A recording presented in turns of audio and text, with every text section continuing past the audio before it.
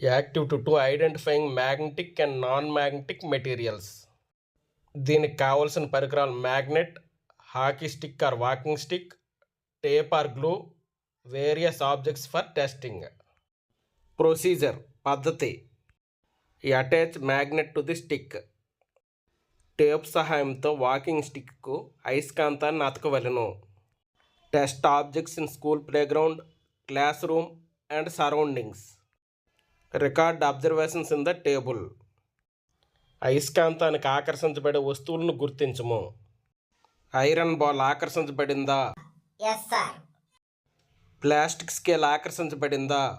No sir. Shoe ఆకర్షించబడిందా? No sir. Paper clip ఆకర్షించబడిందా? Yes sir. చెక్కదిమ్మ ఆకర్షించబడిందా? No sir. అల్యూమినియం క్యాన్ ఆకర్షించబడిందా? No sir. నికెల్ కాయిన్ ఆకర్షించబడిందా? Yes sir.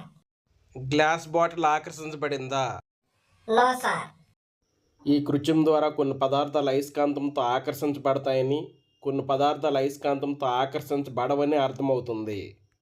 The materials which are attracted by magnets are called magnetic materials.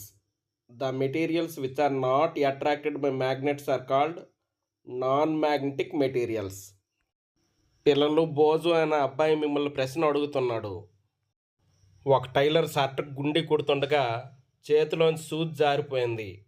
టైలర్కు మీరు ఏ విధంగా సహాయం చేస్తారు?